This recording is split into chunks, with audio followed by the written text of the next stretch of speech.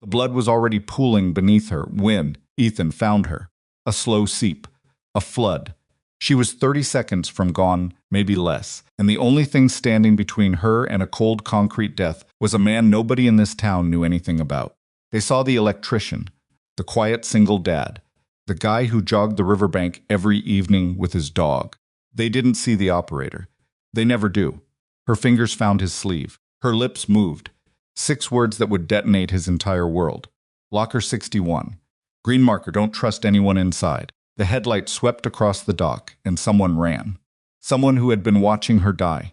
Before we go further, if this is your first time here, hit that subscribe button right now and turn on notifications, because the stories on this channel don't pull punches.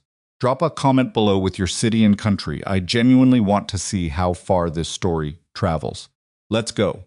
The rain had been threatening all day without committing, the kind of gray Pacific Northwest indecision that locals stopped noticing after the first winter. The sky over Redwood Falls looked bruised purple and dark green along the tree line, where the old cannery sat decomposing on the edge of the industrial corridor. Half its windows punched out, the rest fogged with decades of neglect. Ethan Mercer ran the same route every evening. Not because he loved running. He'd done enough of that in his life, running toward things that wanted to kill him, running away from the version of himself he'd buried when he came home. He ran because Sophie needed the routine, because Rook needed the movement, because when Ethan wasn't working or cooking dinner or sitting at the edge of Sophie's bed until she fell asleep, he needed something to do with his hands and his head that didn't involve thinking. Thinking was dangerous for men like him. He was past the lumber yards and into the industrial flats 2 miles from home, pace steady, breath controlled when Rook broke stride. Stumble, not distraction. A stop. The Belgian Malinois planted all 4 paws and went rigid, ears forward, head angled toward the loading docks on the south end of the old Hargrove freight building. His nostrils worked in short, rapid pulls. His tail dropped flat. Ethan had learned years ago not to question the dog. He didn't own Rook. Not really. Rook had come to him 3 years earlier through a handler buddy who was shipping out and couldn't place the dog before deployment. Temporarily, he'd said. Ethan had stopped using that word after the first month. The Malinois and Sophie had formed the kind of bond that made temporary feel obscene. What is it, bud? Not a question. Ethan was already slowing, already scanning. The dock was maybe 40 yards northeast. Corrugated metal loading doors, all sealed. Stacked pallets on the west side. A rusted forklift somebody had abandoned against the chain link years back. A single overhead security light, sodium yellow, flickering. Nothing moved. But Rook's breathing had changed into that particular shallow, focused rhythm that Ethan had seen exactly twice before, both times in places with names he didn't say out loud anymore. The dog's lead in short and moved east along the fence line, staying in the shadow corridor between 2 freight containers. No. Running, not slow either. Quiet feet. Weight forward. Old habits don't disappear, they just go dormant, waiting for a reason to surface. He smelled it before he saw it. Copper and salt. Iron. Blood. She was on her side, behind the second pallet stack, knees drawn up, one hand pressed flat against her chest.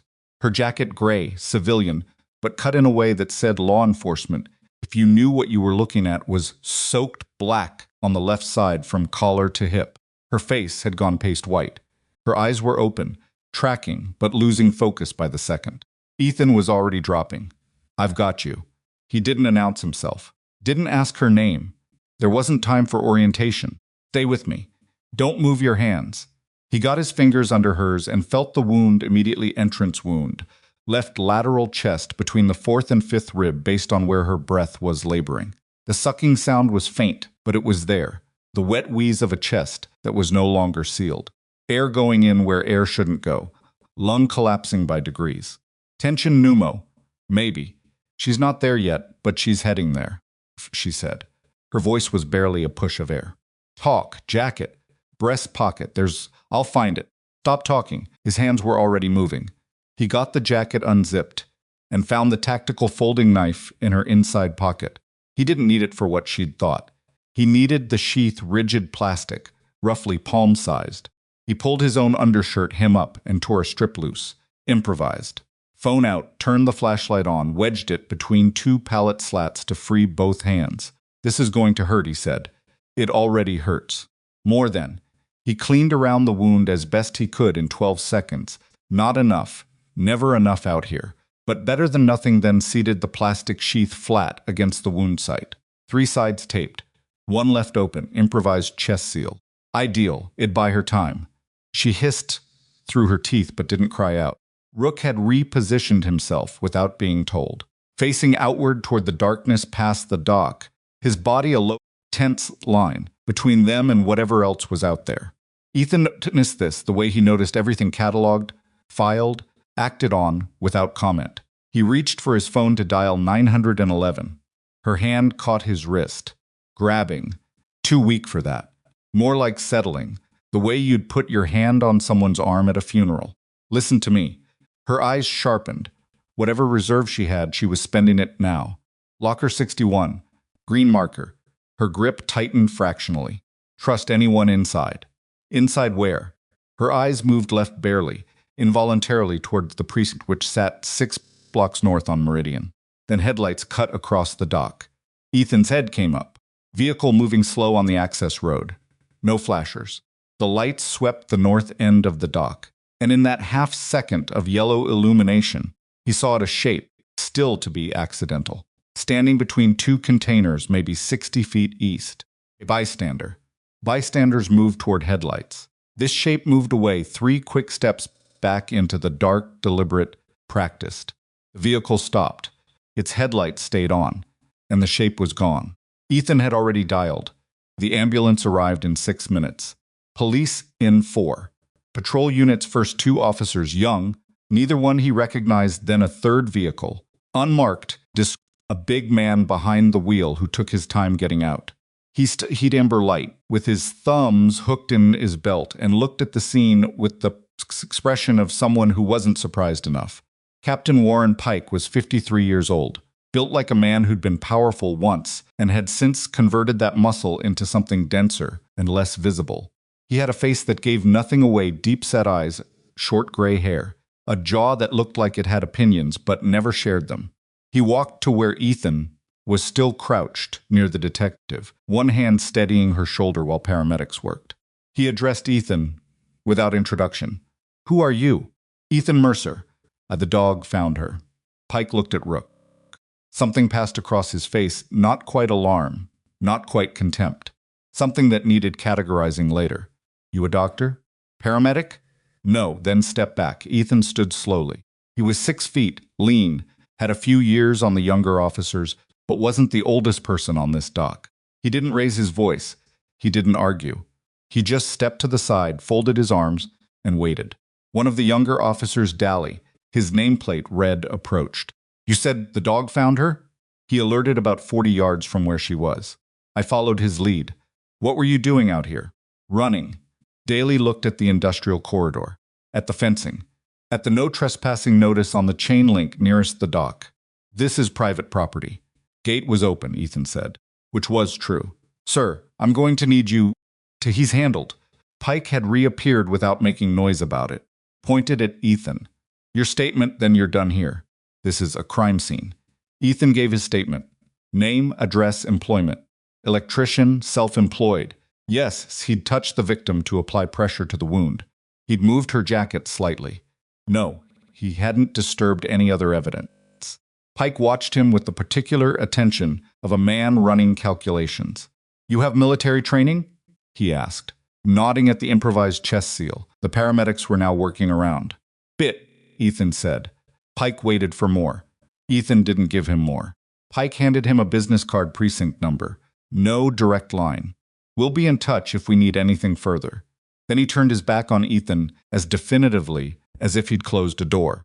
From across the dock, the security guard, who worked the adjacent salvage yard, a heavy-set man named Greg, who Ethan had seen twice before in 2 years of running this route, pointed at Rook.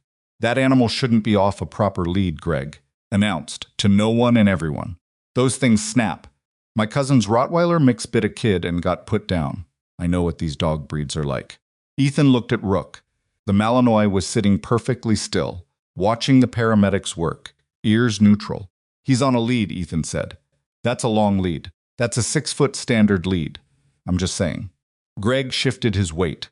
People don't know what these dogs can do. Animal like that, around cops, around injured people, it's a liability. Two of the younger officers glanced over. One of them, maybe 25, something to prove, put his hand near his hip on pure reflex.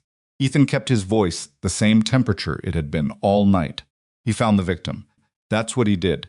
You can write that in whatever report you're filling out. Greg said something else. Ethan stopped listening. He should have gone home. That was the logical thing. Sophie was with her grandmother 2 streets over. He'd texted already, and Rook needed water and dinner. Was no tactical reason to stay, no official capacity. He was a civilian. He was, by all appearances, an electrician who jogged. He was 20 feet from the fence when Rook alerted again. Different this time, lower, more focused. Not fear. More like recognition. The dog's nose had dropped, tracking toward the drainage canal that ran parallel to the freight road. The smell would have been lost to most humans under the diesel and rain-damp air, but Rook wasn't most anything. Ethan followed him. He told himself he was just walking the perimeter before leaving. People did that. It wasn't unusual. The drainage canal sat behind a retaining wall, accessible by a rusted maintenance ladder that nobody had used recently. The orange tide marks from the previous month's rain were still intact on the rungs, undisturbed. He went down anyway. The canal was dry. Cracked concrete, old plastic bottles, a dead car battery someone had dumped, and a shopping cart, wedged against the south wall, wheels seized with rust. Nothing remarkable. He'd seen 100 of them in these industrial corridors, pushed off by kids or blown over by Pacific storms. Rook sat down in front of it and looked at Ethan. That look. Pacific, ancient, your slow look. Ethan crouched down and ran his hand along the underside of the cart chassis. His fingers found it in the third sweep, a magnetic case, thin, matte black, the kind you could buy at any electronic surplus store for $12. He popped it open. Inside was a micro SD card the size of his thumbnail. He stared at it for a long moment. Then he took it. He had a card reader in his truck, kept it for client work, documenting electrical panel photos on job sites. He also kept an old field tablet he'd bought secondhand and wiped clean, which he used for blueprints. He wasn't tech paranoid by any calculation. He just preferred not to have everything on one device. Plugged the card in. 3 video files, time-stamped over the past 6 weeks. He opened the first one. Footage from what looked like a parking structure, a phone camera. Not great quality, but clear enough.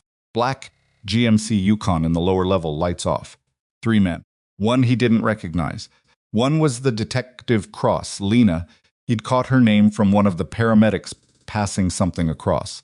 The third man, standing closest to camera. Ethan went very still. He'd only been in Redwood Falls 2 years. Hadn't had much cause to learn faces. This man he'd seen 40 minutes ago, standing with his thumbs in his belt, running calculations. Sergeant Victor Kane. He didn't know Kane's name yet. He would. The second file was cleaner daytime. Clearer angle. Same Yukon, license plate partially visible. Kane meeting with a second police officer in uniform, handing over an envelope. The second officer had his hat low. Ethan froze the frame and studied the body, the posture, the way the man held himself, the particular set of wide shoulders, and a jaw that looked like it had opinions but never shared them. He felt the cold climb his spine. The third video was 20 seconds long. Lena Cross speaking directly into a camera. No context. She looked tired, not sleep-tired, but something deeper. The fatigue of someone who had been carrying something alone for too long. She said only one sentence. If I'm wrong, none of this matters. If I'm right, everything is in locker 61. She reached forward and stopped the recording. Ethan sat in his truck for 30 seconds. Rook pushed his nose through the gap between the front seats and breathed warm air against the side of Ethan's neck, which was not a comforting gesture so much as a "we're still here, do something" one. He got out of the truck. The crime scene had gained more personnel in the 20 minutes he'd been gone. 2 additional unmarked vehicles, a forensics unit, Captain Pike standing near the ambulance bay with 2 men in dark jackets, conversation low, heads angled together. The younger officer, Daly, was the first to see Ethan come back through the gate. "Sir, the scene is closed to." I found something in the drainage canal. He held up the card reader with the micro SD still seated. You're going to want to look at this before you decide what to do next. Daly opened his mouth, closed it. Pike's head came around. The calculation running behind those deep-set eyes wasn't subtle, not from where Ethan was standing. It was the specific recalculation of a man whose plan had just encountered an unexpected variable. What is that? Pike said. It's a micro SD card. Ethan's voice was even. I think it's evidence. Pike was already moving toward him with his hand out. That needs to come with me. Chain of custody. That's fine, Ethan said. Just like there to be a few witnesses when I hand it over. He said it quietly. Not confrontationally, not with performance. Just a man being precise. Pike stopped. The two dark-jacketed men had gone still. Daly was watching Pike now, uncertain, reading the atmosphere. Footage on it, Ethan said, speaking to Daly rather than Pike now. The detective Cross meeting with someone. And there are two other files. He paused. One of them involves this scene. That's an active investigation, Pike said. The warmth in his voice had evaporated entirely. Whatever's on there is department property. Absolutely, Ethan agreed. Which is why we should log it formally. Right now, with the forensics team and a signed chain of custody receipt. He held the reader steady. I'm happy to give it to whoever you say. I just want the right people to know it exists. The sodium light overhead flickered.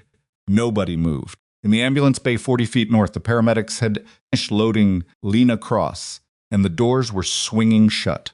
She was still alive, he'd heard them say so, in the shorthand of people trying to stay optimistic, but barely. Daly pulled out his phone. I'm going to log this, the young officer said. The last word aimed at Pike. Not a question, but close to one. Pike's jaw tightened. Then it released. He nodded once, like the decision was his. Log it, he said. But as Ethan handed the card reader to Daly and watched Pike retreat to his conversation by the fence, the older man didn't look angry. He looked like he was already making another plan. And somewhere in the dark, past the chain link, in the space between the containers, where a shape had stood watching a woman bleed out on concrete. Still. Still. The kind of still that meant someone was in it, thinking. Rook pressed against the back of Ethan's knee. Ethan didn't move. His eyes stayed on the dark. He stayed at the fence for another minute after Pike walked away, watching anything in particular. Just letting his nervous system do its job cataloging exits, calculating distances, which officers were paired with which, who talked to whom, who kept checking their phone. Old habit. Combat awareness didn't switch off because you were standing in a Pacific Northwest freight yard in civilian clothes with a dog leash in your hand. It just went quieter, sat behind your eyes like a pilot light and waited.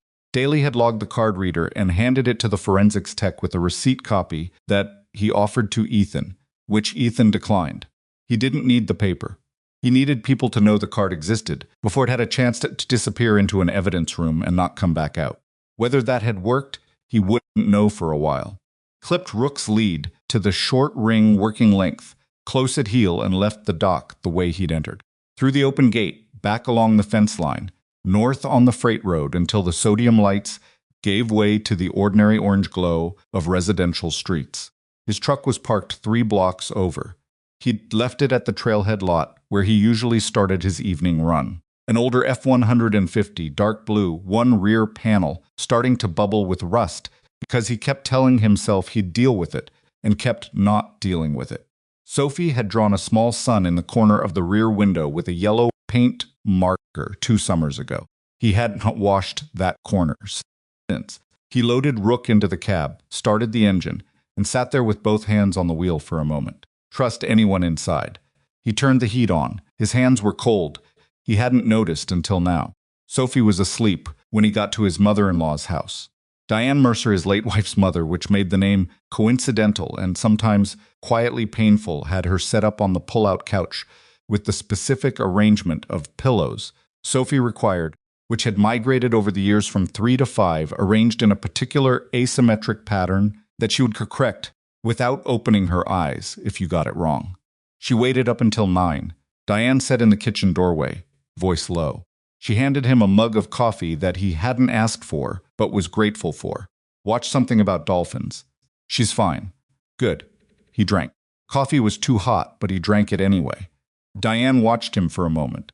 She was 61, a retired school librarian with precise eyes, and the particular patience of a woman who had learned not to ask questions until the person across from her was ready to answer them. She'd had that skill before he knew her. His wife's death had sharpened it into something that was sometimes hard to be around. "You're later than usual," she said. "I know. I'm sorry. I'll get her home in the morning. She can stay. I don't mind." Diane was already pulling her cardigan tighter. "Are you all right?" "Yes." She looked at him a second longer than the yes warranted. Then she nodded. "Okay." He left on her porch with his travel bowl and a measure of kibble from the bag he kept in the truck and drove the 2 minutes home. The house was a 1970s ranch style, on a half-acre lot, at the edge of what the town's promotional materials called a residential neighborhood, and what was actually a loose arrangement of properties that had never quite organized into anything. His nearest neighbor was a retired mail carrier named Harold, who waved but didn't talk much, which Ethan had decided made Harold the ideal neighbor.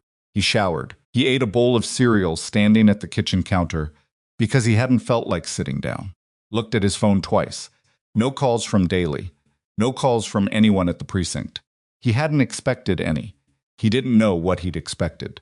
He went to bed at 11 and was awake by 2 and stayed awake until 5 because the image of that shape retreating into the dark between the containers kept assembling itself behind his eyes every time he got close to sleep. Fear, not exactly. More like his subconscious pulling at a thread, refusing to let it go, because some part of his training, the part that had kept him alive in places he didn't talk about, was insisting that the shape mattered. Someone had stayed to watch her die, not to confirm a kill. A shooter confirms the kill and leaves. This had been something else observation, waiting, which meant whoever it was hadn't been certain of the outcome, which meant they needed to see it, which meant Lisa Cross, knowing something was more dangerous to them than Lena Cross simply being dead. He stared at the ceiling. Information. It was always about information in the end. At 5:15 he gave up, actual coffee, and sat at the kitchen table in the dark, with his hands around the mug, and worked through it the way he used to work through mission briefs, not just the facts, but the shape of the facts. What fit, what didn't, what was conspicuously absent. He didn't have enough yet, but he had more than they thought he had. Call came at 7:43 the next morning. From Daly, from a number he didn't recognize, which resolved into a detective sergeant named Marcus Holt, who identified himself as being from the department's General Investigations Unit, and who had Ethan's assessment over 40 seconds of telephone conversation, the voice of a man who was careful about everything and trusted nothing by default. "Mr. Mercer, I understand you were at the Hargrove dock last night." "That's right. And you found a storage card in the drainage canal adjacent to the scene." "I did." A pause. "We'd like you to come in and give a more detailed statement." "Formal sit-down." "Shouldn't take long." "Sure," Ethan said. "What time?" 9 o'clock, if that works. I'll be there." He dropped Sophie at school first.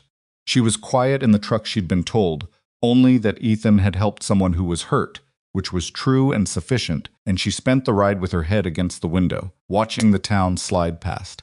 8 years old and already serious in the particular way of a child who had processed something large and was still processing it. At the school gate, she turned to him. "Is the lady going to be okay?" "She's at the hospital. Doctors are taking care of her. But is she going to be okay?" He looked at his daughter. She had her mother's directness, that refusal to accept a deflection when she was asking a real question. "I hope so," he said. Sophie nodded. That was honest enough. She got out, adjusted her backpack, walked through the gate without looking back, which was a thing she'd started doing at the beginning of 2nd grade because she'd decided unprompted. She decided most things that kids who looked back at the gate seemed younger. He watched until she was through the door. Then he drove to the precinct. The Redwood Falls PD was a 2-story concrete and glass building on Meridian that had been renovated about 15 years ago with municipal money that hadn't quite stretched to everything they'd planned. The lobby had new flooring and new lighting, but the back corridor still had the original linoleum and the fluorescent tubes that buzzed at a frequency. Most people didn't consciously notice, but which put Ethan's teeth slightly on edge after about 3 minutes. The desk officer had him wait. He waited for 11 minutes. He clocked it before Holt appeared. Marcus Holt was mid-40s, medium build, the kind of brown skin that looked like it had seen a lot of weather. He had the handshake of a man who had figured out early that a grip contest told you nothing useful about another person. And he looked at Ethan with the particular steadiness of someone who made it a policy not to form opinions in the first 30 seconds. Ethan respected that. They went to a room on the ground floor, not an interview room, which might have been deliberate, or might have been logistics. Conference room with a table that had seen better decades, and a whiteboard with something erased incompletely, ghostwriting in blue marker still visible underneath. Coffee? Holt asked. I'm all right, thanks. Holt sat across from him, set a notepad down, didn't open it yet. He said, walk me through it. Ethan walked him through it. Run, the dog's alert. Finding the detective, the improvised first aid, the arriving officers, Pike's dismissal. He was precise and sequential, without over-explaining. Holt listened, without interrupting, which was less common than it should have been in his experience. When Ethan got to the drainage canal and the shopping cart, Holt's pen moved for the first time. The dog took you there directly, he alerted. I followed the alert. What breed again? Belgian Malinois. Trained for search? He was a working dog, before me. Holt noted something. What was your read on the magnetic case? Why a drainage canal? If she was expecting to be in the building, Ethan said, maybe she couldn't carry it with her, or didn't want to risk it being found on her. The canal's accessible from the dock, but it's below grade. Obvious. Holt looked at him. You think about this kind of stuff a lot. Not aggressive. Genuinely curious. I wired a security system for a guy last spring, Ethan said. He had a thing about dead drops. Explained the whole concept to me for about 40 minutes while I ran conduit. Holt smiled, just barely, the kind of smile that meant he was weighing the answer. What's your background, Mr. Mercer? Before the electrical work. What kind of Navy? A beat. Not long enough to be suspicious. Long enough to be deliberate. The kind where I was gone a lot, and don't talk about it much. Holt looked at him for a second. SEAL? Ethan didn't answer. Holt wrote something. Then he said, for what it's worth, the card reader you brought in the forensics team confirmed it intact. 3 video files recovered. We're reviewing them now. I'm going to be straight with you. Holt set his pen down. There are people in this building who would prefer your involvement ended at the fence last night. Who would prefer the narrative was that you were a helpful civilian who found an injured officer and called for help. And that's the whole story. Ethan waited. I'm not one of those people, Holt said. But I want you to understand the landscape before you decide how involved you want to be in this. I'm not trying to be involved in anything, Ethan said. I just want to make sure that card gets looked at. By the right people. Holt held his gaze. I'm going to work on that part. They stayed in the room for another 20 minutes. Ethan answered what he was asked, and didn't offer more than that. When Holt finally stood and offered his hand again, the handshake lasted a second longer than the first one. I may need to reach you, Holt said. Is the number on file still good? Stay available, Mr. Mercer. He said it quietly, but not casually. He should have gone straight to a job site. He had a service call on Calvert Street, a panel replacement. The homeowner had been getting intermittent trips, and the board was 40 years old and needed replacing regardless of what was causing the symptom. He had all the parts in the truck. A straightforward morning's work. He sat in the precinct parking lot instead.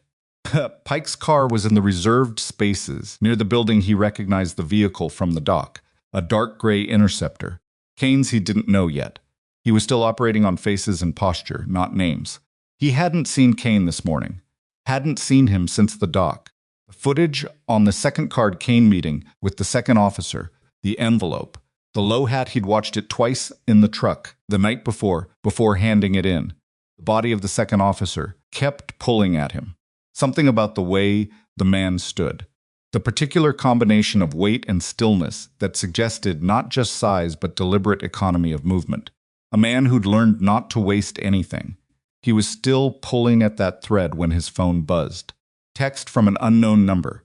You handed in the card. Now stay away from this. He looked at the message for a moment. He put the phone face down on the passenger seat and started the truck. In the back seat, made a low sound that wasn't quite a growl. Ethan said. He sat with the engine running. The threat was textbook blunt, unattributed, designed to create anxiety without creating evidence, which told him two things. First, that whoever sent it didn't know his background well enough to know that threats like this had the opposite of their intended effect on certain categories of person. Second, that they were operating on a clock. People who felt secure didn't send texts like this. They waited. He drove out of the parking lot. Calvert Street job. Panel replacement. Ground neutral. Breakers in sequence. Ground fault on the bathroom and kitchen circuits. Torque everything to spec. Was the day. He tried to make it the day. By 11:30, he had the new panels seated and was running the final checks when his phone buzzed again. Daly this time, the young officer from the night before. Mr. Mercer. Hey, this is Officer Daly from I Remember. Daly's voice had something in it that hadn't been there the night before. Quite anxiety. More like someone speaking carefully. Because they were in or near a space where being overheard mattered. The statement you gave this morning to Detective Holt. Yes, Captain Pike is saying your statement has some inconsistencies. He's recommending that you come back in and go through it again. Ethan was quiet for a moment. Through the kitchen window of the house convert, he could see the homeowner, a retired teacher named Mrs. Petrova, making tea and steadfastly pretending not to watch him. What inconsistencies? Ethan said. He didn't specify to me. Does Holt know about this request? A pause. Longer than it should have been. I don't think it went through Holt, Daly said. Ethan closed his tool bag. Officer Daly, why are you calling me instead of someone from Pike's office? Pause again. Because I pulled your intake last night. You said you had a dog that alerted on the drainage canal. That's right. Greg, the guard at the salvage yard, is giving a statement now that says you were at the drainage canal before the officers arrived. Before you found the detective. He's saying he saw you come from that direction. Ethan turned this over. He's wrong. I know the timing doesn't add up, Daly said, and his voice had gone even quieter. I was watching the area when you arrived. The sequence he's describing isn't... He stopped. I just thought you should know. I appreciate that. Ethan meant it. Are you in a safe position right now? A beat of silence that lasted exactly 1 second too long. I'm fine, Daly said. Okay, keep your head down. He ended the call.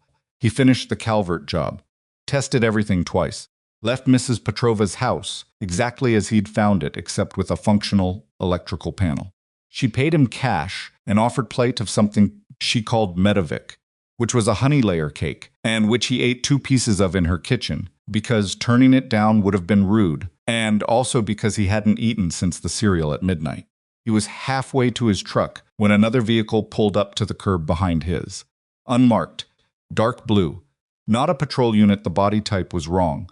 Older model. The kind of car the department used for detectives who didn't rate newer assignments. The driver's window came down. The man behind it was about Ethan's age, maybe a year or 2 older, with close-cropped dark hair that was starting to silver at the temples, and the kind of face that had been conventionally attractive 15 years ago and had since acquired something more interesting. He had a jaw like a statement, and eyes that were moving over Ethan with a thoroughness that was professional rather than aggressive.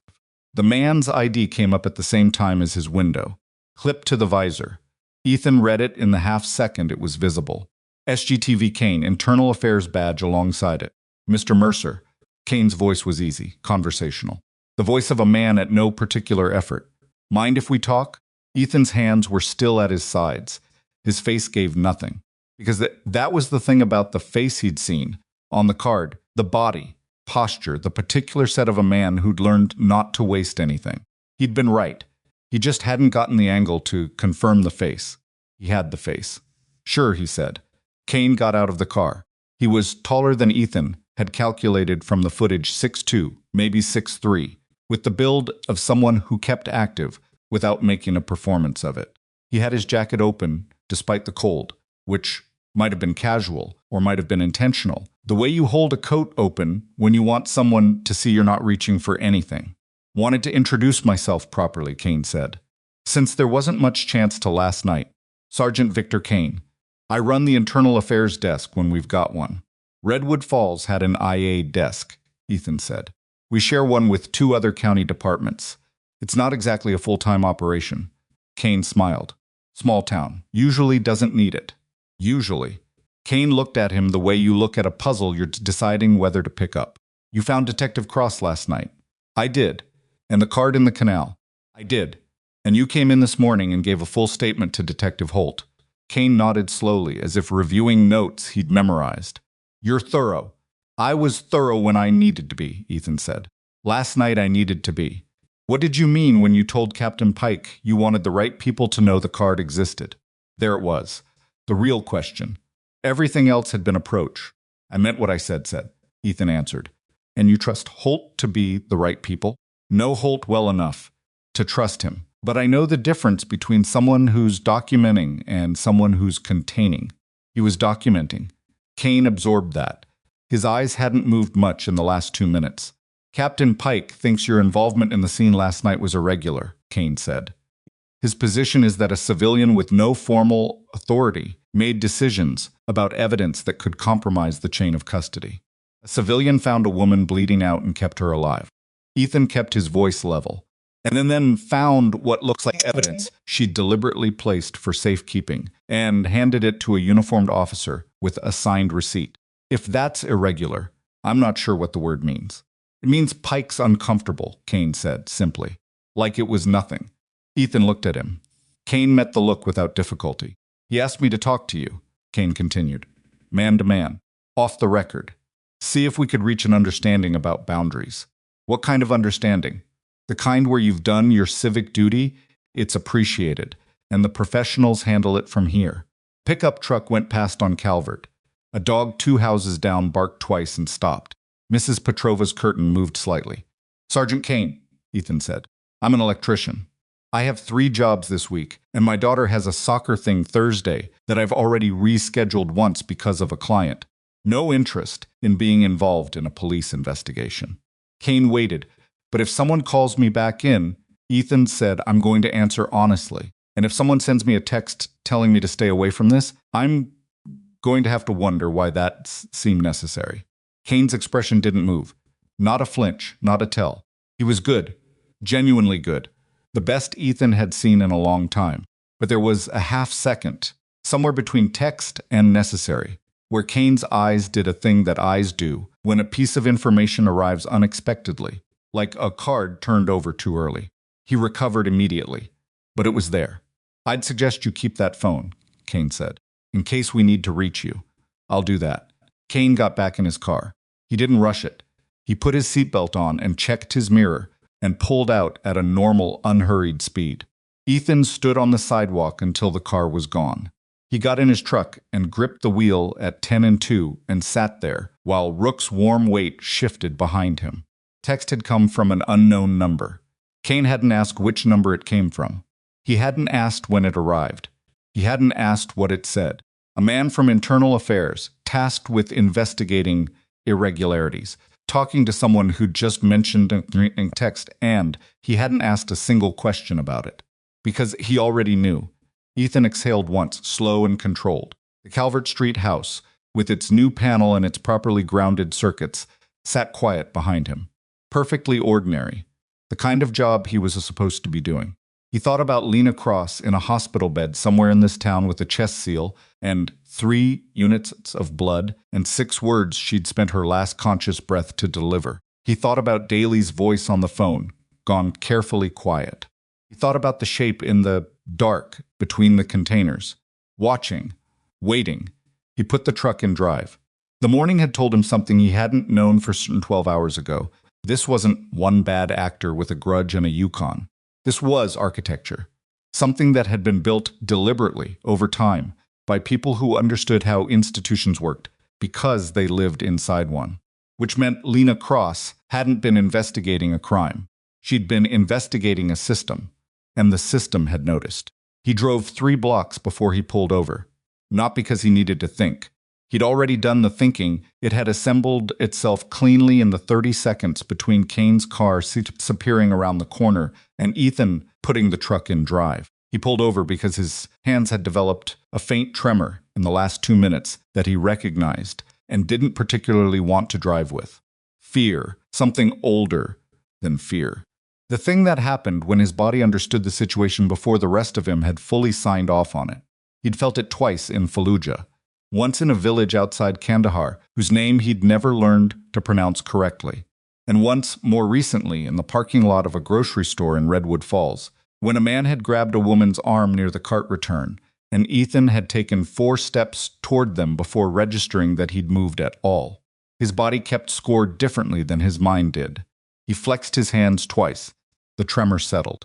Brooks' nose found the gap between the headrests and pressed cold and wet against the back of his neck, Ethan said.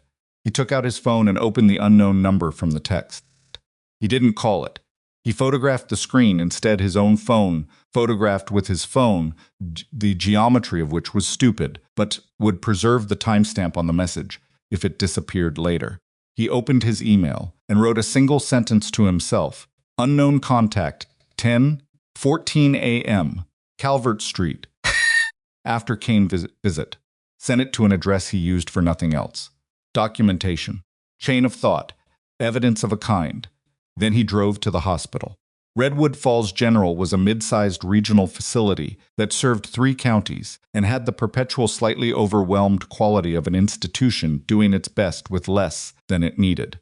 Parking structure was half empty at this hour late morning, past the rush of early visiting hours. He found a space on the 2nd level and sat for a moment with the windows down, listening to the ordinary sounds of a hospital functioning. Ventilation units, a vehicle reversing, someone on a phone near the stairwell, speaking Spanish, laughing at something, didn't have a plan for getting to Lena Cross. She was in surgery recovery or ICU, depending on how last night had gone, and neither of those was walk-in territory for a civilian with no established relationship to the patient. He wasn't family. He wasn't law enforcement. He was the man who'd applied a field dressing in a freight yard, which was the kind of thing that earned a thank you card if you were lucky, and a security escort out if you weren't.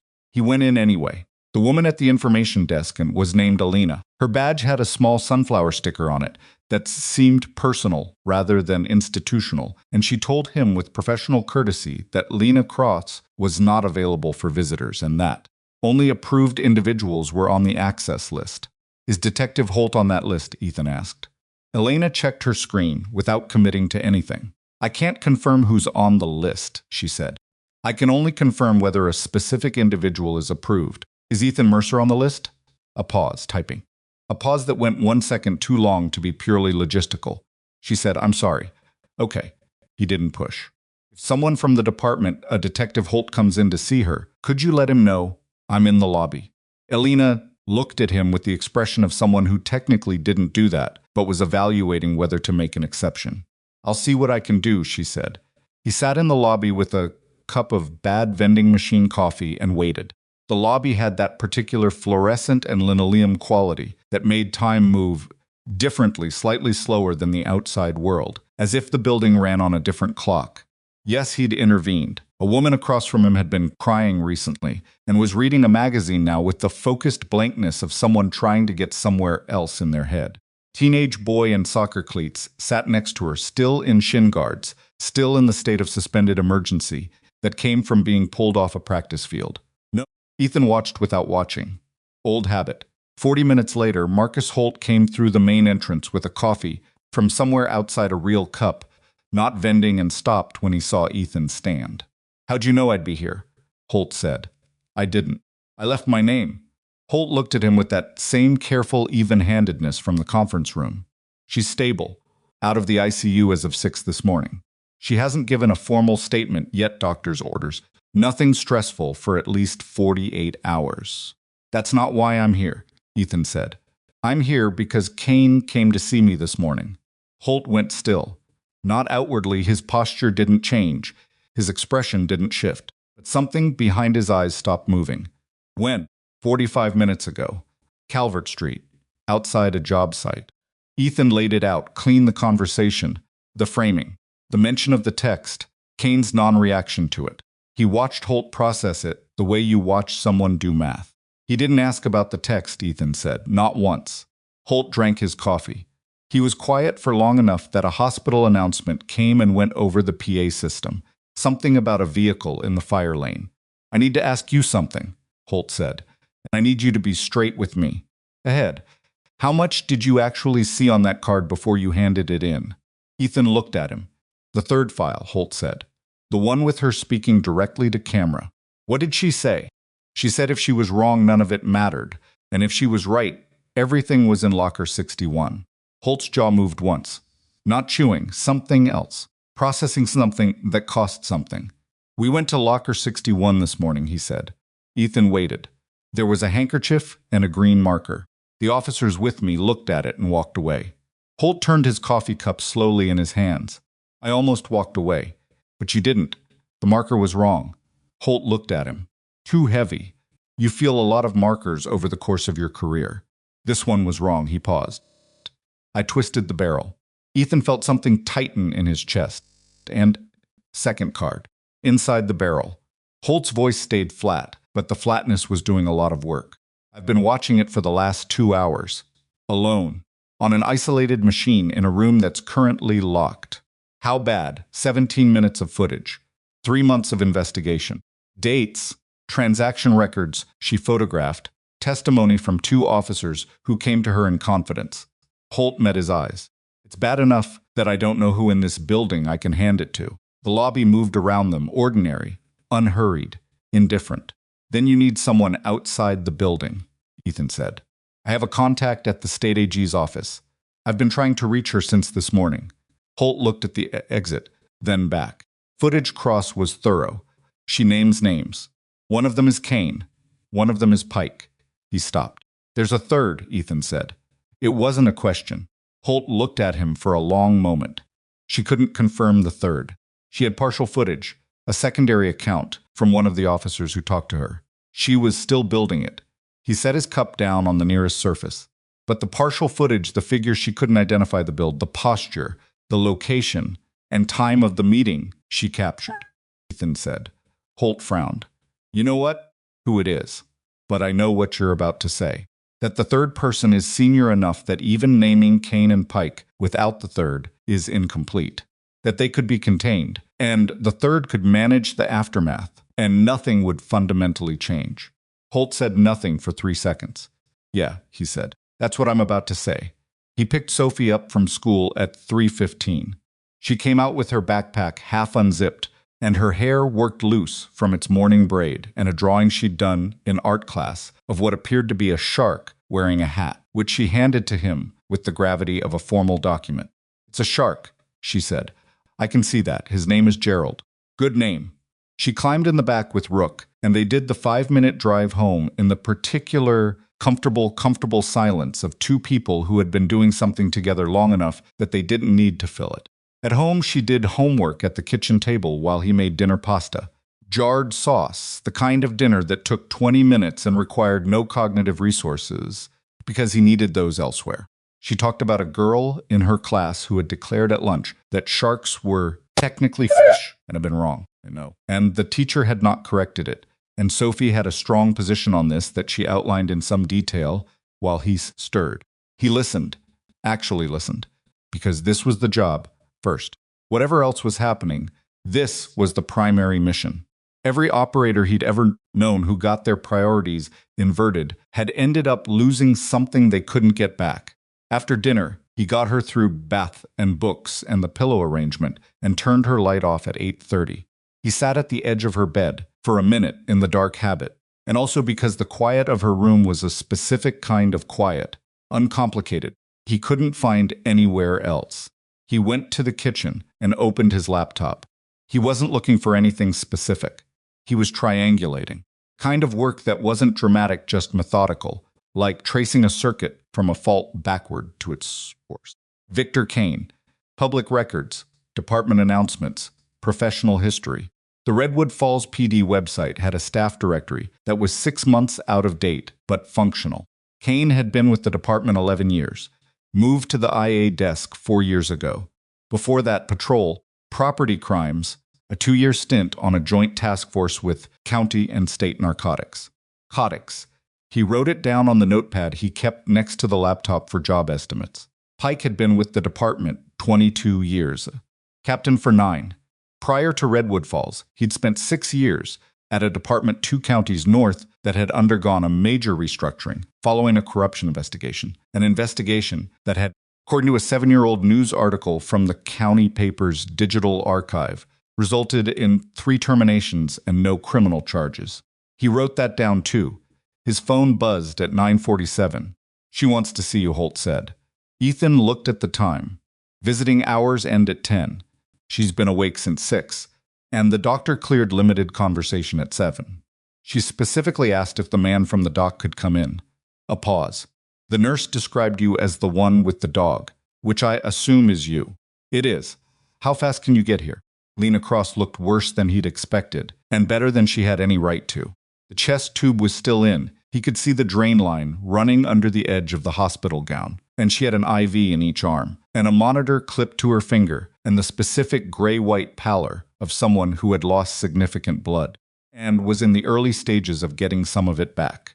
Her hair was down, dark, fanned out against the pillow. She looked younger than 29 like this, which she hadn't expected. Her eyes, though, were clear. She tracked him when he came in. Tracked him the way someone tracks a person they're assessing, not greeting. Holt stayed near the door. Ethan pulled a chair to the bedside and sat. "You're the one who found me," she said. Her voice was rough but functional. "You did the dressing. Field improvisation. Exactly sterile conditions." Her mouth moved at one corner, not quite a smile. "Paramedics said it's why I still have lung function." She looked at him more carefully. "Ethan Mercer. Electrician." Marcus said Navy. "Something like that." She looked at him for a moment. She said the marker. "Did they find the marker?" "Holt found it," Ethan said. "He's the only one who's seen the second card." Something in her shoulders relaxed by a degree. It was the first involuntary thing he'd seen from her. "The third person," she said. "On the footage, Holt said you couldn't confirm identity." "I couldn't." She moved her hand, shifted slightly, winced at something internal, and controlled it quickly. "I know who it is. I just couldn't get clean footage." Her eyes went to Holt at the door, then back to Ethan. They altered the evidence logs going back 4 years. Narcotics confiscated in bust street value well over 2 million re-entering supply chains. Cases where the drugs should have been destroyed. They weren't. She paused to breathe. Cost her something. 2 officers came to me. They were scared. One of them transferred out of state before I could finish the case. The other one, she stopped. "The other one?" Ethan said. "He stopped returning calls about 3 weeks ago." "Where he is?" The monitor tracked her pulse. Steady, slightly elevated. "The marker was backup," she said. "If anything happened, I needed it to be findable by someone careful. Someone just following protocol." She looked at him. "Protocol would have missed it." "The chest seal wasn't protocol either," he said. Got the near smile again. Then it faded. "They know the card exists," she said. "You understand what that means. They know I had something. If they don't know what's on the second card, they're going to move," Holt said from the door. "I know. How long until you reach your AG contact?" "I've been trying since 8 this morning. Her office says she's in a deposition, unavailable until tomorrow." Lena closed her eyes for 3 seconds. When she opened them, something had sharpened. "There's a formal review in the building tomorrow. Departmental. Quarterly case oversight. It was already scheduled. It's been on the calendar for 6 weeks. Pike runs it." She looked at Ethan, then Holt, then back. "Evidence review. Every active case, every logged item. If he controls that meeting, he can move things before anyone outside the department sees them," Holt said so. "Or remove them. Or reframe them." She shifted again, and this time didn't bother to hide the wince. "The second card. Marcus, you need to get it out of this building tonight. Not a copy, the original. Somewhere it can't be." "Lena." She looked at Ethan. He understood what the look was. It was the look of someone who had run out of options inside a system and was evaluating what was outside it. He'd seen that look on junior officers, on civilians, on a village elder once, in a province he wouldn't name, who had run out of trust in every institution around him and was deciding whether to extend it to a group of American operators he'd never met. "The evidence review," Ethan said. "What time?" 9 a.m., she said. "Conference room B. Building access requires a badge after 8. "I can get him a visitor badge," Holt said. He said it without ceremony, which meant he'd already been thinking it. "For what purpose?" Lena asked. "Civilian consultation. I'll cite his role in the recovery of the Myroxd from the canal." He's already in the official record as material to the case. She looked at Ethan again. You don't have to do this, she said, which was the most honest thing anyone had said to him in 2 days, because it was true. Obligation. He had a daughter and a dog and a work schedule, and zero official standing in any of this. He said he was in the parking structure, pulling on his jacket when his phone rang. Unknown number different from the text, but the same category of unknown. He answered it. Silence for 2 seconds. Then a voice. Mid-40s by the quality of it, with the flat, deliberate diction of a man choosing every word the way you choose steps on ice. Mr. Mercer, you've been busy. He didn't answer. You're going to want to step back from this, the voice said. For your sake. For your daughter's. The parking structure was concrete and sodium-lit and very still. Sophie, right? The voice said. 3rd grade. Eastview Elementary. Gets out at 3:15. Ethan's hand tightened around the phone. He didn't speak. He'd learned a long time ago that the discipline of not responding was one of the most effective things you could do in a moment like this, because it forced the other person to keep talking, and people who kept talking made mistakes. You're a smart man, the voice continued. You understand what we're saying, then said one word. Quiet, almost conversational. The voice paused. Don't what? Don't mention her name again. He kept his voice the same temperature it had been all week even, unhurried. But something in the substructure of it had changed, and whatever that was, it traveled through the phone line clearly enough that the voice on the other end registered it. He heard the register in the slight lag before the response. You've made your point, Ethan said. I've heard it. And I want you to hear me very clearly right now. If you bring my daughter into this again, in any form, a name, a location, a suggestion, I will find out who you are. I will make that my entire focus until I know, and then I will make sure that you understand what a miscalculation this was. He paused. I'm not angry. I'm not making a threat. I'm describing a sequence of events. The line was quiet. Then it went dead. He stood in the parking structure for a moment. His pulse was elevated. He could feel it in his throat, a clean physiological response with no emotional drama attached to it. His hands were steady. The tremor from the morning was gone entirely. He called Diane. She answered on the 2nd ring. Sophie needs to stay with you tonight, he said. Questions. She'd known him long enough. And tomorrow. Don't take her to school tomorrow. Keep her home. A beat. Her voice when it came back was careful. Ethan, I'll explain when I can. She'll think it's a day off. Tell her different yet. Is she in danger? The word landed in his chest like something with weight. He said, I don't want to find out. Fix it, Diane said simply, like it was that uncomplicated. He drove home. He didn't go inside. Immediately, he walked the perimeter of the property first, which was a thing he hadn't done since his first 6 months back from deployment. Checking sight lines, the gap in the fence on the east side that he'd been meaning to repair. Yet, the way the streetlight on the corner threw a shadow pool behind the large cedar near the driveway. Nothing. The neighborhood was quiet and ordinary and indifferent. He went inside. He didn't turn on many lights. He sat at the kitchen table with the notepad and a pen and wrote down every name, every detail, every timestamp he'd cataloged since the moment Rook had frozen on the running path. He wrote it longhand, not on the laptop. Then he photographed each page and sent them to the same dead drop email address. Pulled out the notepad page with the 2 entries: Kane's Narcotics Task Force History, Pike's prior department, and looked at them.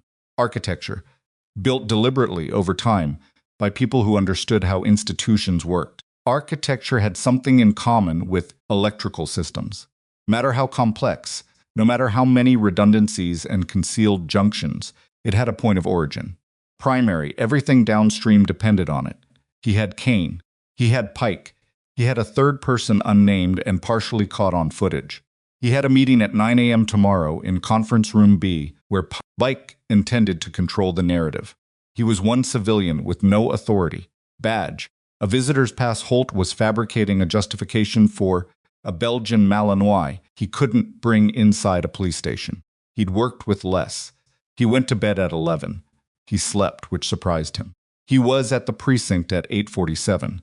Holt met him at the door, with a visitor lanyard civilian consultant, the badge read, with that morning's date and Holt's badge number countersigned at the bottom. He'd done it properly, Ethan noticed. Logged it. Paper trail. If something happened in that building today, Ethan's presence would be documented as authorized. Which meant if something happened, Holt was on the record too. G office, Ethan said as they walked, still working on it. I got a paralegal. She's flagging it urgent. Holt's jaw was tight. The second card is in an evidence container, logged under a case number that doesn't correspond to Cross's shooting. It won't be on today's review list. And if Pike digs for it anyway, we have a problem. The corridor to conference room B had the linoleum and the buzzing fluorescents. 3 officers passed them, going the other direction. Ethan read them in half a second each, posture and eye contact, and the particular quality of their not looking at Holt, which was more telling than looking. They knew something was wrong. They just didn't know which side of it they were on yet. Conference room door was open. 6 people inside, a mix of uniforms and plain clothes, mid-level, the kind of officers who staffed a quarterly review. Filing into chairs, coffee cups, the department issue whiteboard with this quarter's active caseload listed in columns. And at the head of the table, already standing with a folder in his hands and the settled authority of a man who owned the room he was in, Captain Warren Pike. He saw Ethan in the doorway. At the same moment, Ethan saw him. Something moved across his face. Fast, controlled, gone. But it was there. Detective Holt, Pike said. Even calibrated. What's this? Mr. Mercer's been brought in as a civilian consultant on the Cross case, Holt said. He placed the documentation on the table, printed, signed, time-stamped. Given his role in the evidence recovery from the canal, we felt his presence during the review was appropriate. Pike looked at the paperwork without touching it. Around the table, the 6 officers were very still, reading the temperature of the room the way people do when authority figures confront each other in spaces where authority is normally uncontested. This review is internal, Pike said. Cross's shooting is on today's list, Holt said. Canal evidence is material to that case. Mr. Mercer is documented as material to the canal evidence. He sat down. Paperwork clears it, sir. A beat. Pike set his folder on the table. He pulled out the chair at the head and sat. His movements were deliberate and unhurried, the movements of a man reasserting ownership of a room through the simple grammar of taking his time. Fine, he said. Sonny said. He opened the folder, and at that moment, across the table and 3 seats down, Sergeant Victor Kane walked through the door. He saw Ethan. He stopped for 1 full second in the doorway, the cleanest tell shown since the conversation on Calvert Street, and then he moved to a chair on the far side of the table and sat without comment. The 6 officers were still reading the room. The review began. Pike moved through the case list methodically. Routine items, logged evidence, procedural confirmations. His voice was steady and administrative and gave nothing away. He was good at this, the performance of ordinariness, the bureaucratic surface, laid over whatever was running underneath. 40 minutes in, he reached the Cross case. Detective Cross's shooting is currently under investigation, he said. Evidence logged includes the initial scene documentation, the micro SD card recovered from the drainage canal by a civilian, and case-adjacent materials. He looked at the list in front of him. The micro SD has been reviewed. Content is being assessed by the investigation team. Which investigation team? Holt said. Pike looked at him. General Investigations. My desk? Your desk handles what I assigned to it, Detective. I should have received the case file this morning, Holt said. I didn't. The room had gone a very specific kind of quiet. Files are processed in sequence, Pike said. You'll receive it. I'd like to know for the current status of the second item logged under the canal evidence, Holt said. The barrel contents from the marker in locker 61. The silence was different now, because half the people in this room didn't know there was a second item. Ethan watched their faces shift from attentive to alert. Didn't move. That item is under review, he said. By the team I designated. Which team? Holt's voice hadn't risen at all. It was still the same careful, even register from the hospital lobby, from the conference room yesterday. But it had developed an edge. The way something develops an edge when it's been ground against something long enough. Pike put his folder down. He looked at Holt with the expression of a man who was making a decision about how to handle something that had outgrown its container. Detective Holt, slow, deliberate, you are testing the limits of this forum. I'm asking about the chain of custody of evidence in a case where an officer was shot. Holt looked around the table. That seems like exactly what this forum is for. The room was a held breath. Then Pike stood up. He stood with the full weight of 22 years and a captain's rank, and the comfortable certainty of a man who had controlled rooms for a very long time, and knew what it felt like when that control began to slip, and had always until now found a way to reassert it. He looked at Ethan. Not Holt. Ethan. Because Ethan was the variable he hadn't accounted for. The electrician who'd run a mile in the dark and saved a dying detective and then stood in a freight yard and told him to his face that he wanted witnesses. The civilian who'd come back, who'd found Kane, who'd shown up this morning with a visitor badge and sat down like he belonged here. Mr. Mercer, Pike said, I think you've contributed what you can to this situation. I'm going to have someone escort you out now. He nodded toward the officer nearest the door. The officer started toward Ethan, and Ethan didn't move. Aggressively. Not with any performance or announcement. He simply didn't move. Stayed in his chair with both hands on the table, weight slightly forward, and looked at Pike with an expression that was almost blank. The officer stopped. Not because Ethan had done anything, because of the quality of the not moving. The particular stillness of a person who has decided something and has no remaining uncertainty about that decision. People can feel that quality. It doesn't announce itself. It doesn't need to. I'm happy to leave when Detective Holt asks me to, Ethan said. He's the one who brought me in. Pike looked at Holt. Holt looked at his phone. He was reading something. His face had gone carefully neutral in the way that meant it was working hard to stay that way. Sir, Holt said. He set the phone on the table, turned it so the screen faced up. State Attorney General's office has initiated a review of the Redwood Falls PD's narcotics for the last 4 fiscal years, effective as of 8:51 this morning. He looked up. We've been asked to preserve all related documentation pending a formal inquiry. The phone's screen was visible to the officers on Holt's side of the table. Several of them leaned slightly forward. Pike stood at the head of the table. For the first time since the freight yard, his face showed something unmanaged. It was brief a second, maybe less, but it moved through him visibly, the way a load moves through a structure when the foundation does something unexpected. It was gone, replaced by the administrative blankness again. But it was gone a second too late. Kane, across the table, had his hands flat on the surface. He was looking at the door.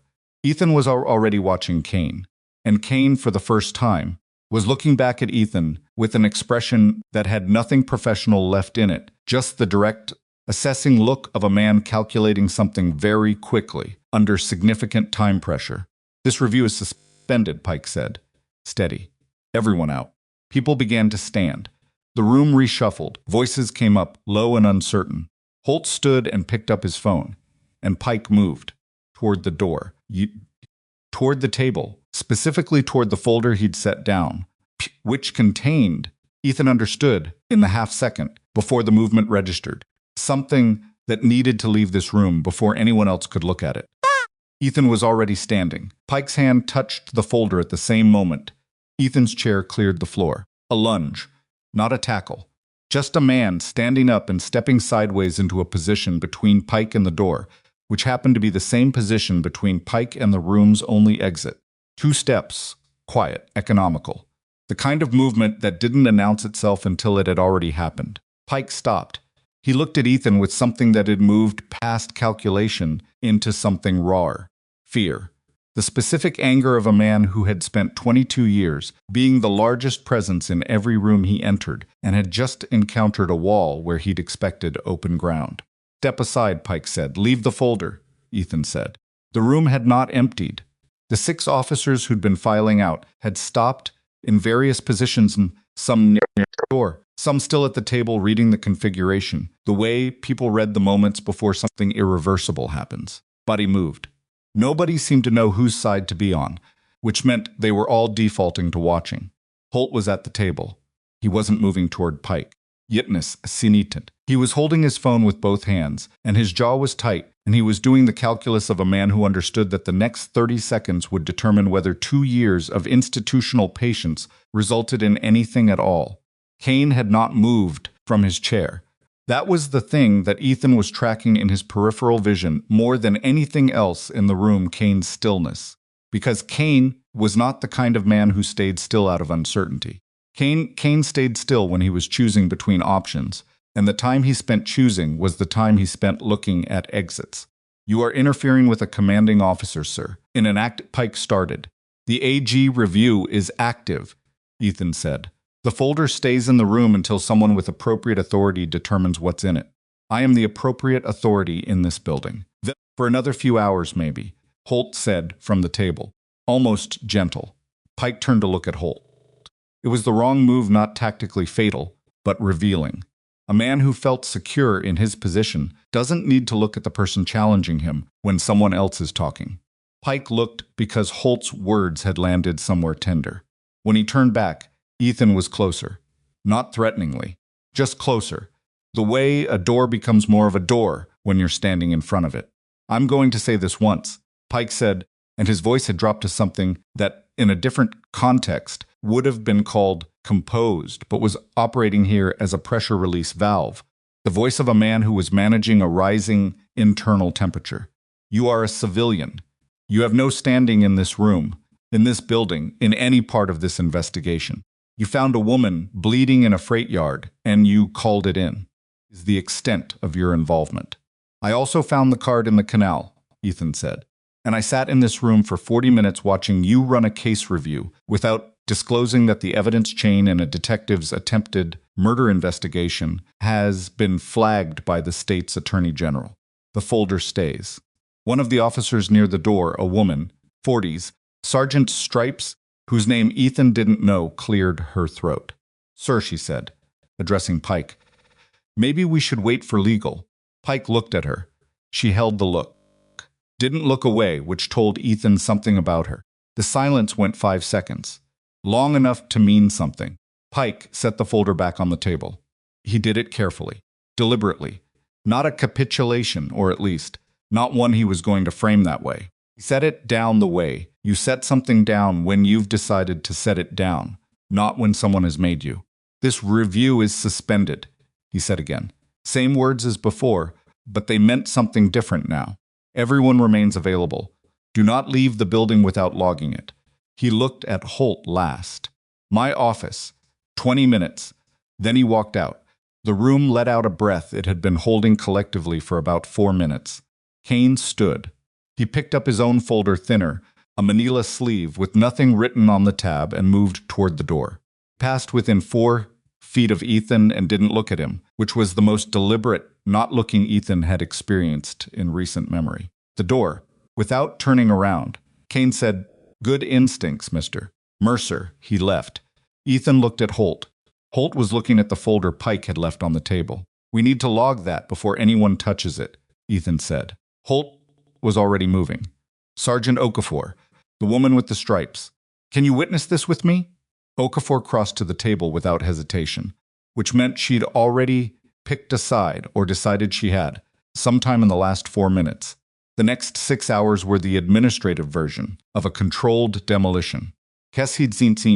Ethan spent most of them in a small room on the ground floor that was technically a break room, and had a coffee machine that functioned, and a window that looked onto the parking lot, and a pair of chairs that had acquired at different times and didn't match. He wasn't under detention. He wasn't under anything.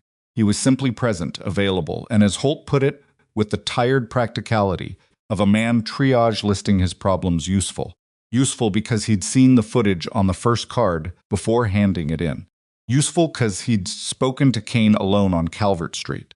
Useful because he was, at this point, the one person in the building whose chain of custody was unimpeachable, because he had no chain, no institutional affiliation, department email address, case file that could be retroactively altered. He was a clean node in a compromised network. The AG's office arrived at 11:30. 2 investigators, and a woman named Sandra Reyes, who had the title of Deputy Attorney General, and the manner of someone who had spent 15 years being the least patient person in whatever room she was in. She was 50, compact, with reading glasses she wore on a chain, and picked up and put down the way some people crack their knuckles. She interviewed Ethan in the break room at 12:15. "Walk me through the night of the 9th, she said, glasses up, pad open. He walked her through it. He was precise and sequential the way he'd been with Holt and with Daly, and the way he'd been trained to be in debriefs, facts, timeline, sensory details that anchored the narrative, nothing editorialized. She didn't interrupt. She wrote things down. When he got to the shape in the dark between the containers, she looked up. You saw a person, a silhouette, moving away from the headlights. Deliberate movement, not startled. Could you identify them? Male, female? Bild suggested male. I can't confirm. She wrote, and you believe this person remained at the scene to observe whether the victim survived. Why not confirm the kill themselves? Because shooting her again while emergency vehicles were arriving would have created a more complex scene. He stopped. She looked at him over the glasses. Or they didn't have a weapon on them at that point. Or they did, and weren't willing to use it at that stage. Or they wanted to know what she'd said before she died. He paused. She'd been alive some time before I found her. If she'd said something to someone, called someone, left something behind, they needed to know whether that was in play. Reyes looked at him for a moment. What's your background, mister? Mercer, Navy. Specifically, he looked at her. I'm not asking out of curiosity, she said. I'm asking because your analysis of this scene is not what I get from most electricians, and I need to know what weight to give your testimony. He held the look for a moment. Then he said, Naval Special Warfare. 8 years. 2 combat deployments in theater. 2 advisory rotations. I left as a petty officer first class.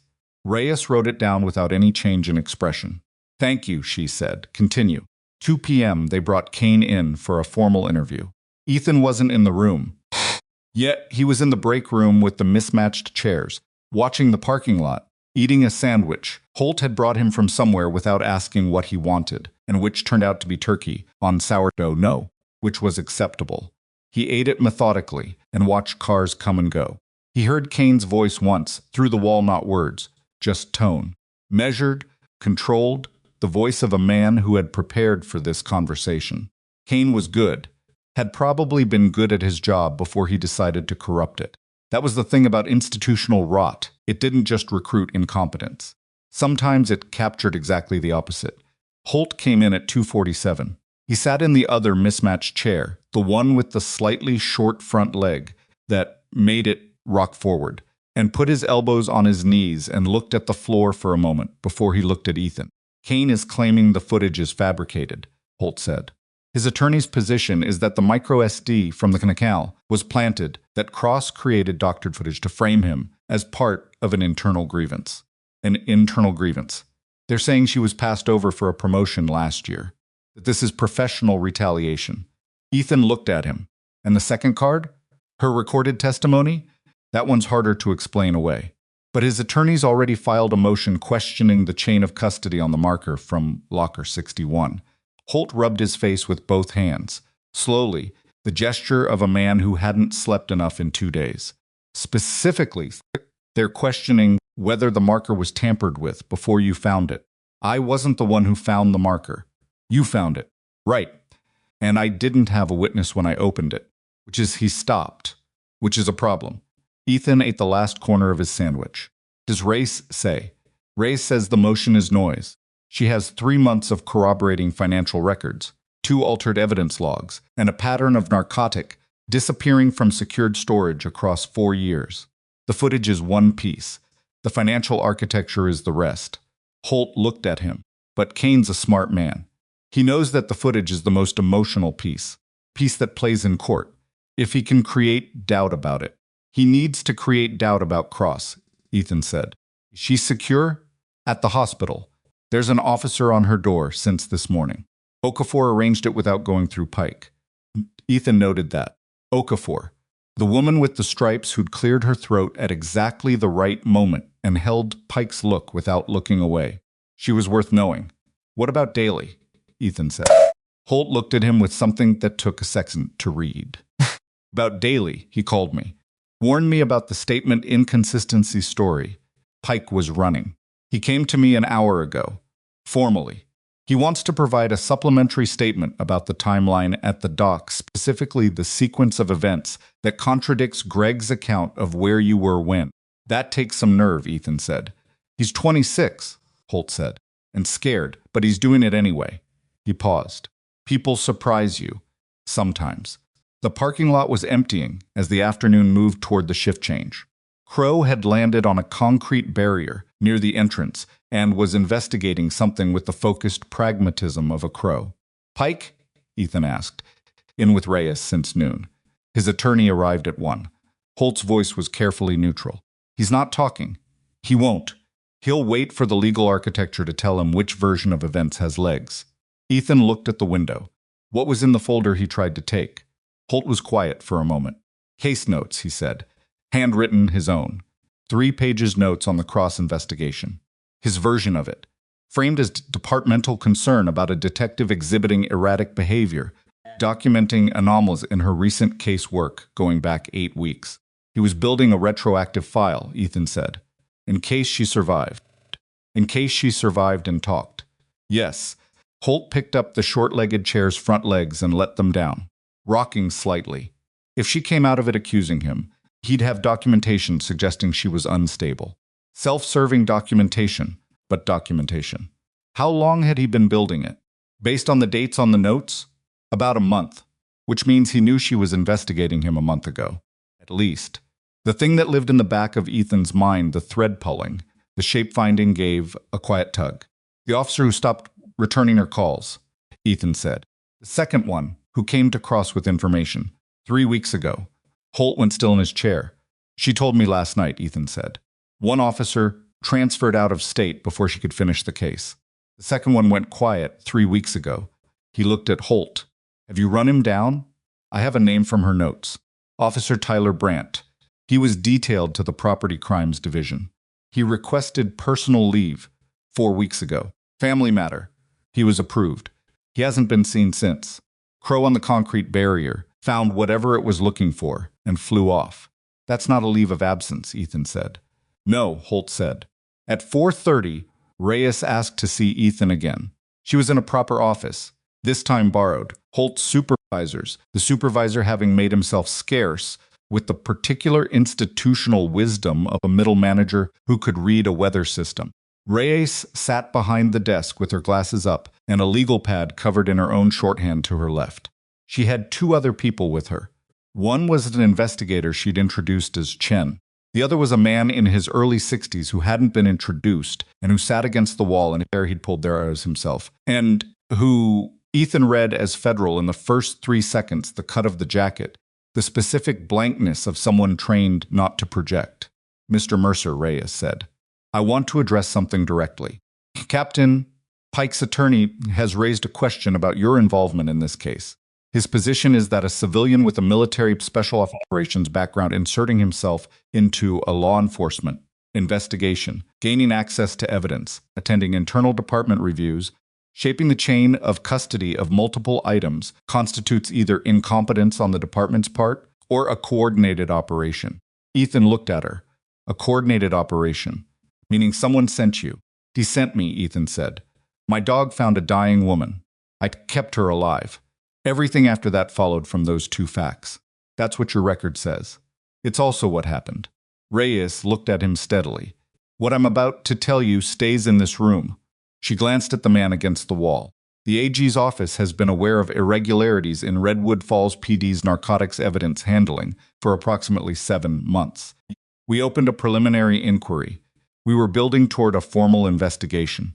She paused. What we did not anticipate was a patrol detective independently building the same case at the same time from inside the department. Cross didn't know about our inquiry. We didn't know about hers. 2 parallel investigations, Ethan said, which converged because a man was jogging at the right time. She looked at him without irony. What you did at the dock, the first aid, the evidence recovery, the chain of custody decisions you made in a freight yard, with no training in evidentiary procedure, turned out to be more procedurally sound than anything the responding officers did that night. I've had a lot of briefings on how evidence disappears, Ethan said. You start paying attention. The man against the wall made a sound that might have been a laugh, briefly. The folder Pike tried to take, Reyes said. The retroactive documentation he was building on Cross. That's now evidence of premeditation. It shifts his exposure significantly. She set her glasses down. We're going to charge him. Kane too. The financial records alone will hold. The footage makes it clean. What about the third person? Ethan said. Reyes looked at him. Cross said she had partial footage of a third individual, he said. Senior enough that naming Kane and Pike without them leaves the architecture intact. Where did you hear that? She told me last night. Reyes and Chen exchanged something that wasn't quite a look, more like an awareness of each other. The federal man against the wall had gone very still. We're aware of the possibility of a third party, Reyes said carefully. That line of inquiry is ongoing. That's not an answer. She agreed. It isn't. She picked her glasses back up. Mr. Mercer, I want to be direct with you. You've been an asset in this situation, in ways that were unexpected and frankly messy from a procedural standpoint. Pike's attorney is going to argue that you contaminated the evidence environment. Yes, he'd intervened. We're going to argue that you preserved it when the people whose job it was to preserve it were trying to destroy it. Which is true, Ethan said. Which is true. But I want you to understand that the argument is going to be made loudly, and that your background will be part of that argument. Special operations, military training. The implication will be that your involvement was too precise to be coincidental. My involvement was a dog alerting on a smell, Ethan said. That's the whole story, I know. She held his eyes. But you're going to need to tell that story more than once. In rooms less comfortable than this one. He looked at her for a moment. That's fine. You understand what I'm saying? You're saying this isn't over, and I should be prepared for that. I understand. She wrote something on the legal pad. Then she said, your daughter, Sophie. He went very still. We're aware of the call you received last night, Reyes said. We've been monitoring known numbers associated with Pike's network since the formal inquiry opened this morning. Call came from a prepaid device purchased 2 weeks ago. We're tracing the purchase. She's at her grandmother's, Ethan said. We'd like to maintain a discreet presence near that address until we've completed the primary arrests, if that's acceptable to you. It wasn't a small thing someone he'd never met making that offer, which meant they'd already decided to do it and were asking for form's sake. He understood that and appreciated the form anyway. Thank you, he said. The man against the wall spoke for the first time. His voice was flat and Midwestern and had no particular affect. The voice of a man who'd removed every performance from his communication years ago and never missed it. Petty Officer First Class, he said. Devereux. Ethan looked at him. The man didn't look back. He was looking at his own hands, folded in his lap. I'm not in a position to confirm or deny that, Ethan said. Which was true, and which was in certain rooms an answer. The man nodded once, went back to looking at his hands. Reyes let the moment settle and then moved on. Pike was arrested at 6:14 p.m. Not in the building he'd left it at, apparently convinced the day was survivable, that the legal architecture would hold overnight and he'd have room to maneuver in the morning. He was in the parking lot of a restaurant 4 blocks north, a place called Kelso's, working man's bar, kind of place you went when you wanted to feel like you were still the person you used to be when 2 of Reyes's investigators and a state patrol officer found him. Ethan wasn't there. He heard about it from Holt, who called at 6:45, with the clipped, careful voice of a man processing something large in real time. It's done, Holt said. Pike's in custody. Kane surrendered at the building at 6:30. His attorney arranged it. Cleaner that way. A pause. 11 names on the arrest warrant in total. Across 3 precincts. Tyler Brandt, Ethan said. A longer pause. We found him, Holt said. He's alive. He's been at a motel in Olympia for 3 weeks. Paid cash. He ran because he was scared, not because Holt stopped. He's going to cooperate. He has a lot to say. Good. Ethan first name. Holt hadn't used it before. The third person. On the footage, Reyes's office confirmed it tonight. Ethan waited. It was the precinct commander from the North End. Commander David Falk. He'd been coordinating the distribution network across all 3 precincts. Kane and Pike were the operational layer. Falk was the architecture. Tense, he resigned at 5 p.m., before the warrants were served.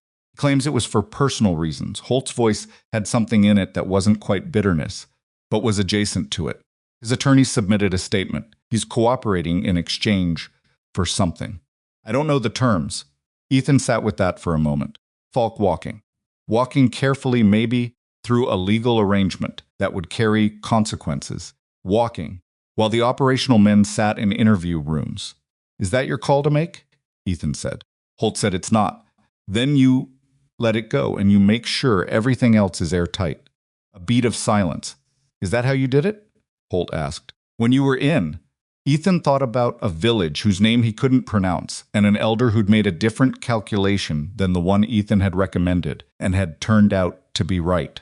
He thought about missions that ended with the objective achieved and still felt like losses because of the shape of what you'd had to accept on the way there.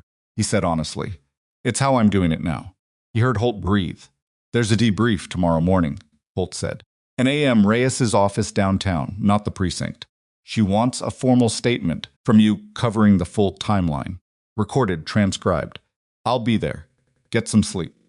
You, too. He ended the call and sat in his kitchen with the lights off for a while.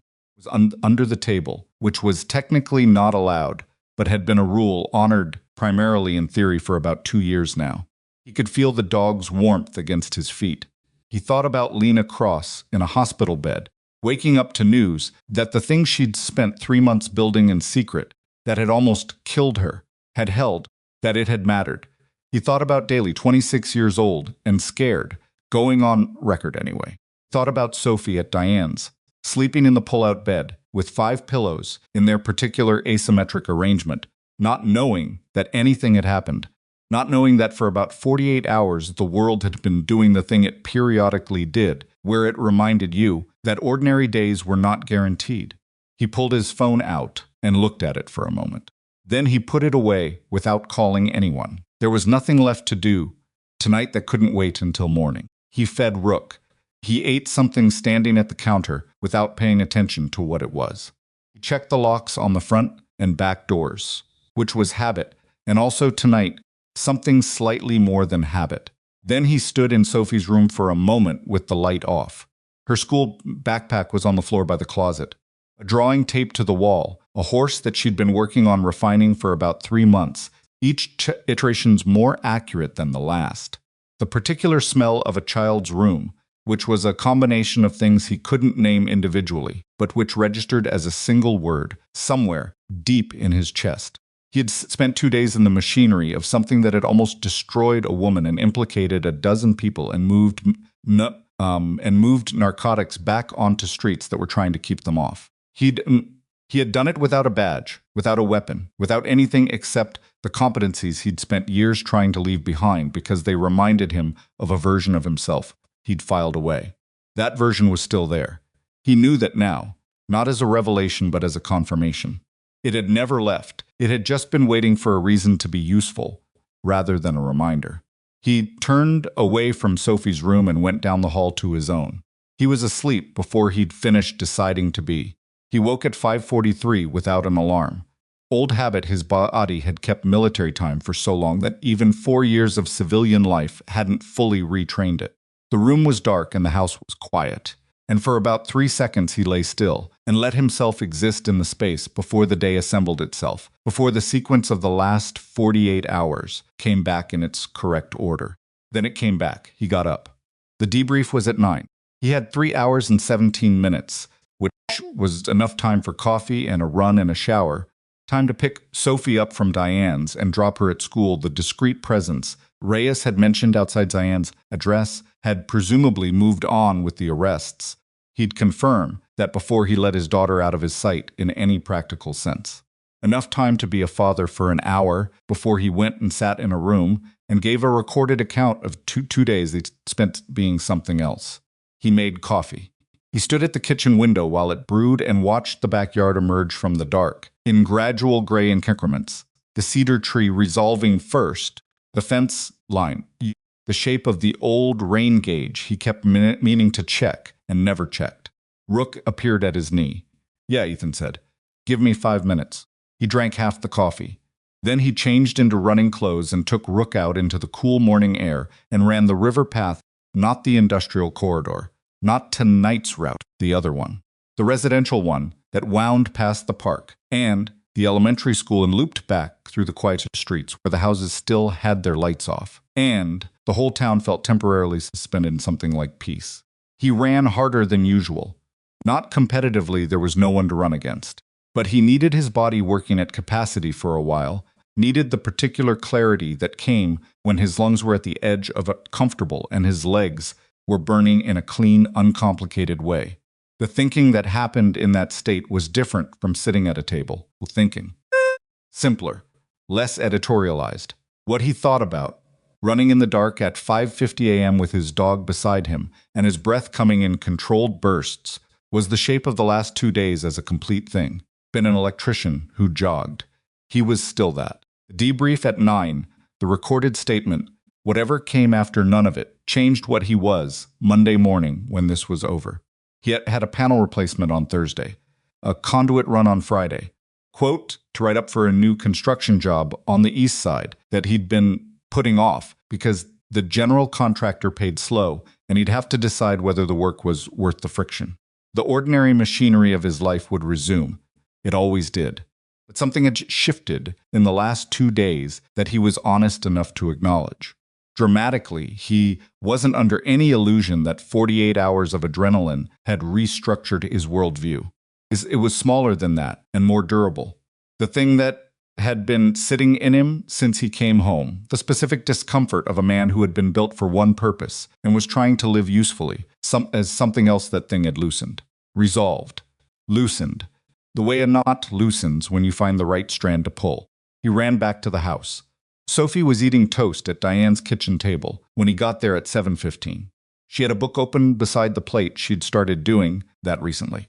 The simultaneous eating and reading, which Diane found acceptable and which Ethan had decided not to have an opinion about because picking battles with an 8-year-old was a resource management problem.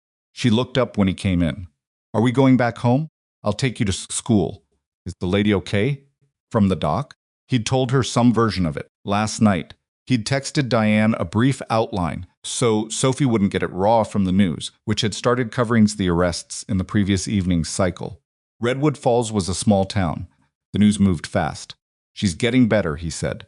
"She's going to be okay." Sophie looked at him with the measuring look she'd inherited from a mother she barely remembered, and had somehow still managed to absorb. "You helped her. I was there at the right time. That's the same thing." He looked at his daughter.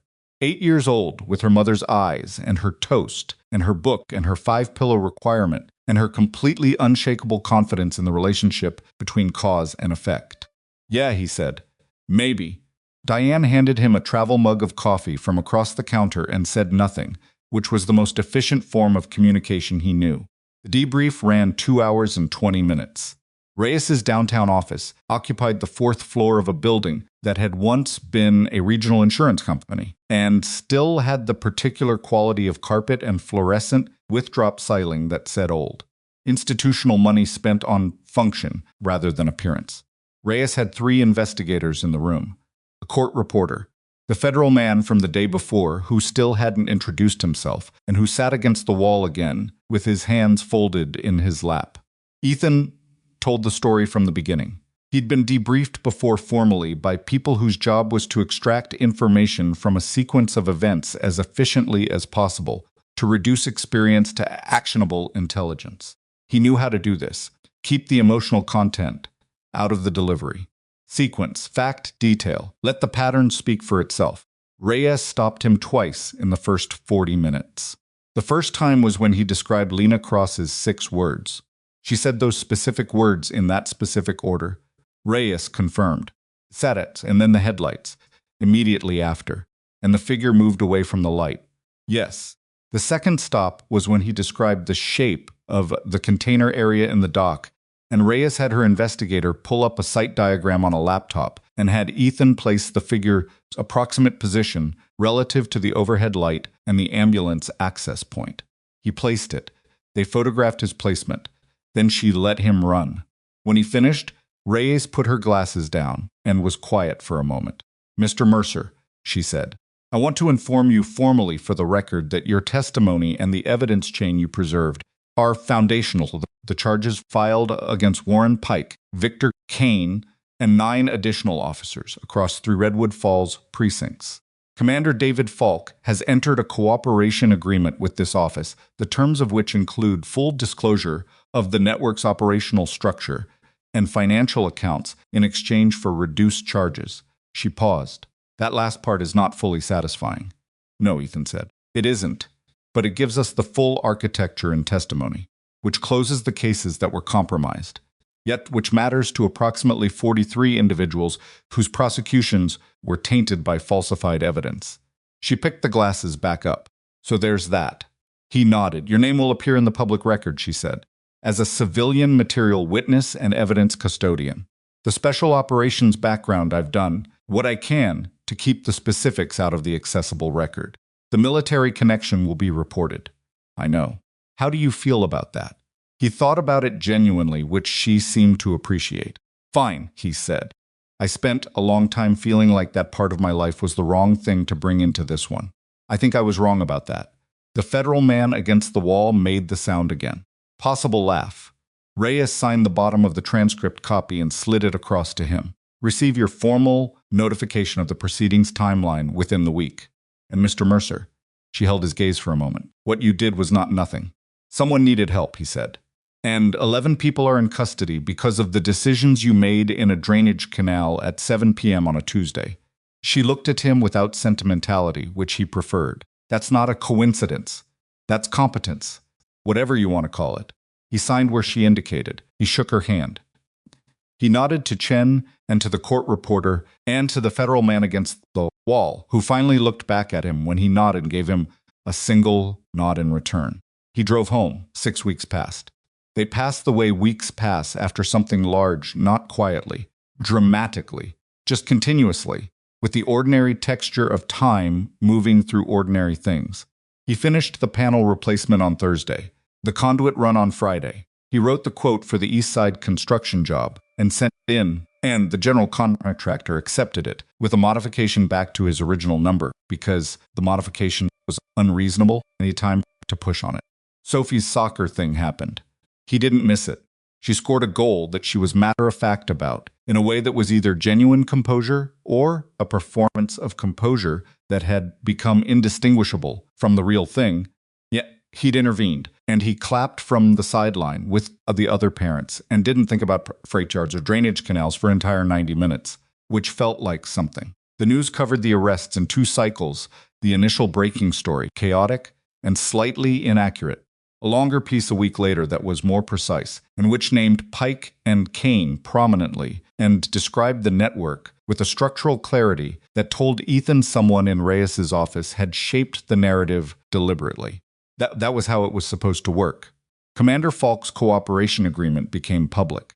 People were unhappy about it, which was appropriate. It moved through the town's conversation, and then through the counties, and then receded into the background noise that communities use to process things they can't fully resolve, not forgotten, but filed. Tyler Brandt gave testimony. Daley gave his supplementary statement, which got some attention locally, because he was young, and the statement was clear, and it directly contradicted the account that Greg the security guard had given on Pike's apparent suggestion. Greg's account was subsequently withdrawn after a brief investigation indicated he'd been approached by a uniformed officer one of the 11 the morning after the dock incident. People surprised you, sometimes in both directions. Ethan was in his truck on a Thursday morning, 6 weeks and 2 days after the dock, heading to a job site when his phone rang. Are you busy? On my way to a job. What is it? Can you come by the hospital this afternoon? After your job. He paused. Cross? She's being discharged today. Wanted to see you before she went home. She was dressed when he got there civilian clothes, which changed her completely from the woman in the hospital bed. Dark jeans, a gray Henley, a jacket she was holding rather than wearing because her left arm still moved with the careful deliberateness of someone relearning what their body would do. Her hair was up. She looked more like herself, he thought, which was a strange thing to think about someone he'd met while she was unconscious. She was standing at the window when he came in, looking at the parking structure. You don't have to stand, he said. I've been lying down for 6 weeks. She turned around. I can stand.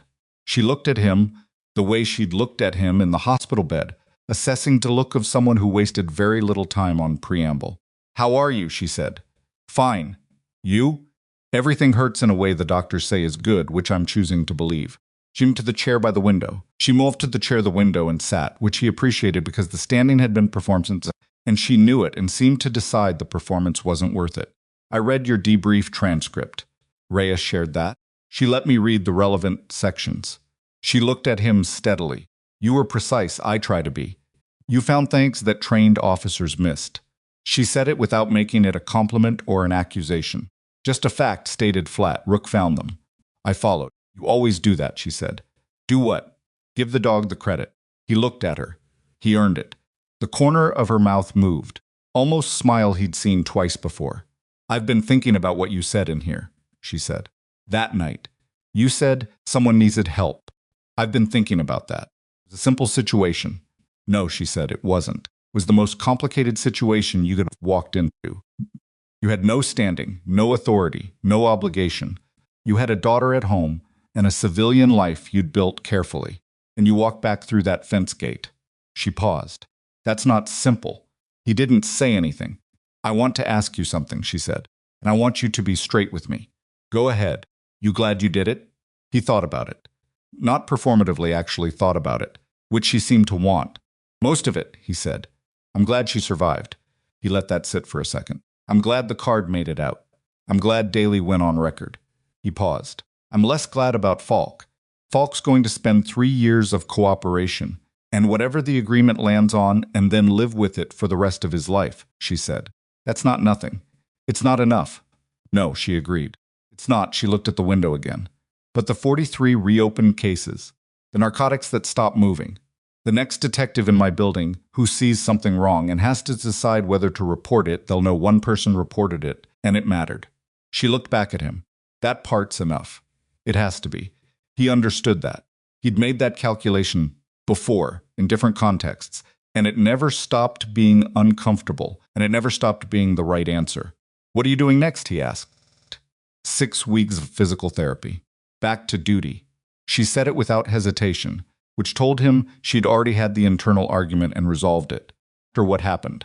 I know what I'm going back to, she said. I know it better now than before.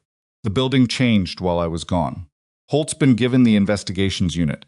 Okafor moved up. Daly's been assigned to his first detective track rotation.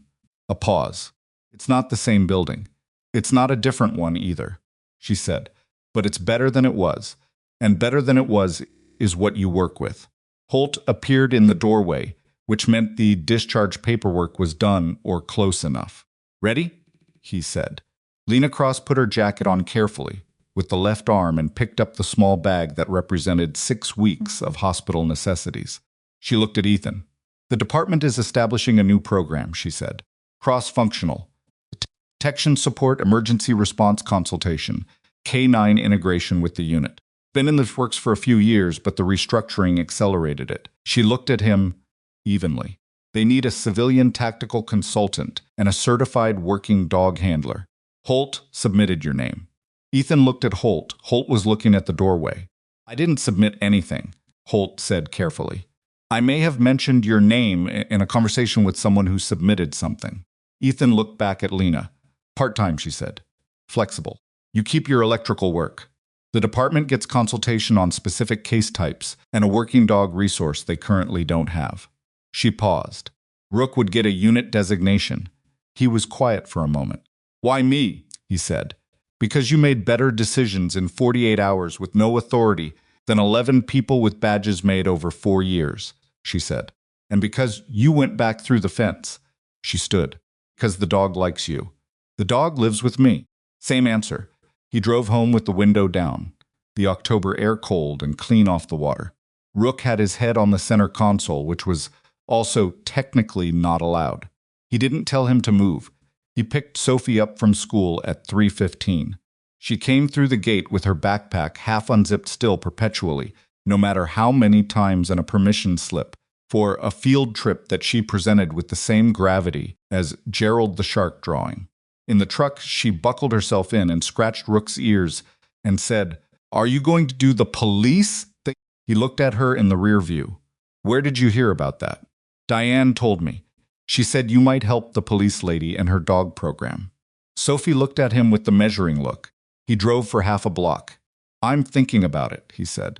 You should do it, she said and went back to scratching Rook's ears. Why? Because you're good at it. She said it with the simple certainty of someone who hadn't yet learned to apologize for stating obvious things. And because Rook needs a job or he'd choose things. He chewed my eraser last week.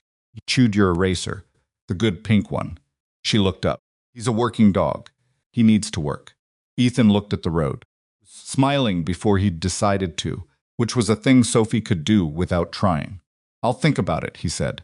You already said that. 2 weeks later, on a Tuesday morning, he drove to the precinct with Rook in the back seat and set a set of forms on the passenger seat that had taken him 3 days to decide to sign. He hadn't signed them yet. He sat in the parking lot for 10 minutes, hesitating. He'd gotten past hesitation somewhere in the second week of thinking about it. Just sitting with it the way you sit with something before it becomes irreversible, giving it one last look. He thought about who he'd been when he came home. The specific effort of building a life around Sophie and the electrical work and the quiet streets and the deliberate removal of everything that reminded him of what he'd been. Thought that was discipline. He understood now it had been closer to avoidance. Two things looked alike from the inside. The former had structure. The latter had just enough structure to hide behind. Picked up the forms. He signed on the indicated lines, which were 3, and each one required his full name and a different category of acknowledgement. The first confirming his civilian status. The second confirming Rook's working dog certification documentation. The third something about liability and the boundaries of consultative engagement that his eyes moved over without fully landing. Put the pen down. Then he got Rook on the lead, the red one. Sophie had stitched him last Christmas, which Ethan used on low-key days and which Rook seemed indifferent to, but which Sophie checked for when they left the house and walked through the precinct's main entrance for the 3rd time in 6 weeks. The desk officer was someone new. Yet he checked Ethan's ID and the forms and the dog documentation and made a call, and while he waited, Ethan stood in the lobby with Rook sitting beside him and looked at the building around him.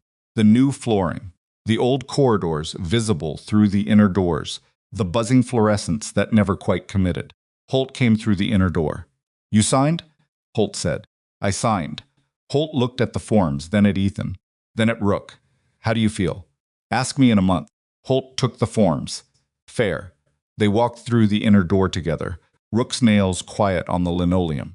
Corridors had the same particular smell, coffee and recycled air, and the low-level electrical hum of an institution that never fully powered down.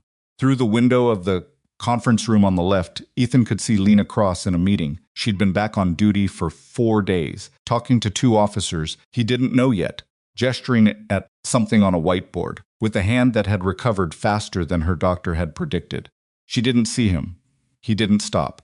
Okafor was in the corridor, coming the other way, a stack of folders under her arm. She saw him. She stopped. Mercer, she said. Sergeant. She looked at Rook. That the dog. Yes, she considered this for a moment. He's smaller than I expected. He gets that a lot, Ethan said. She looked at him a second longer. Then she nodded once, the decisive, unelaborate nod of a woman who'd decided something and committed to it and kept walking. Watched her go. Ethan walked to the office Holt had pointed him toward at the end of the corridor. It was small. It had a desk that had been someone else's for a long time, and a chair that was better than the mismatched pair in the break room, and a window that looked onto the back parking lot and the tree line beyond. He sat down. Rook circled twice habit and settled under the desk. Ethan looked at the empty surface in front of him. Out the window at the tree line, the dark green of Pacific Northwest conifers against a gray October sky. Ordinary, specific. His. He'd spent 4 years running from the operator and building the father, as if the two things occupied the same space, and one had to leave for the other to live. He understood now that was never the choice. The choice was simpler and harder than that. The choice was whether you used what you carried for something worth carrying it for. He opened the first case file Holt had left on the desk. He started reading. Sides.